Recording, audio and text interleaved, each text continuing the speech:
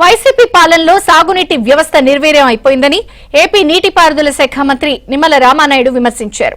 జగన్ 5 ఏళ్ల పాలనలో ఒక్క మంచి పని చేయలేదన్నారు. రైతుల భాగస్వామ్యంతో సాగునీటి వ్యవస్థను గాడిలో పెట్టడానికి ప్రయత్నిస్తున్నామని చెప్పారు. రాష్ట్ర వ్యాప్తంగా రైతుల ప్రాతినిధ్యంతో సాగునీటి సంఘాలకు పునర్జీవనం కల్పిస్తున్నామన్నారు. సాగునీటి సంఘాలకు ఎన్నికలు నిర్వహిస్తామన్నారు. దీనికి సంబంధించిన జీవో కూడా విడుదల చేసినట్లు నిమ్మల తెలిపారు.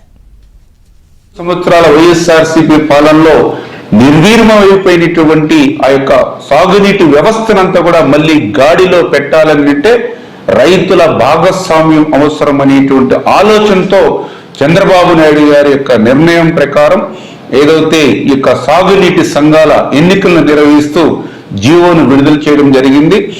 అతి తొందరలోనే నవంబర్ మొదటి వారంలోగా ఏదైతే ఈ యొక్క సాగునీటి సంఘాల ఎన్నికలను పూర్తి చేయాలనేటువంటి ఆలోచనతో ఉన్నాం. తగిన విధంగా అధికారులకు కూడా ఆదేశాలు కూడా ఇస్తున్నామని చెప్పి తెలియజేసుకుంటూ ఉన్నా. ఇక్కడ పరిశీలించినా కూడా 5 సంవత్సరాల వైఎస్ఆర్సీపీ చేసినటువంటి పాపం అంతా కూడా ఈ రోజు శాపంగా రైతుల పాలిట కనిపిస్తున్నటువంటి పరిస్థితి. ఒక్క పని నోచుకోకపోవడం మాట నుంచి వాటిని పర్యవేక్షించేటువంటి సాగునీటి సంఘాలు కూడా లేకపోవడంతో మరి గత 5 సంవత్సరాల్లో నిర్వీర్యమైపోయినటువంటి ఇరిగేషన్ వ్యవస్థకి ఈ సాగునీటి సంఘాల ఎన్నికల ద్వారా మళ్ళీ ఒక పునర్జీవనం మరి సాగునీటి వ్యవస్థకి తీసుకొస్తాం.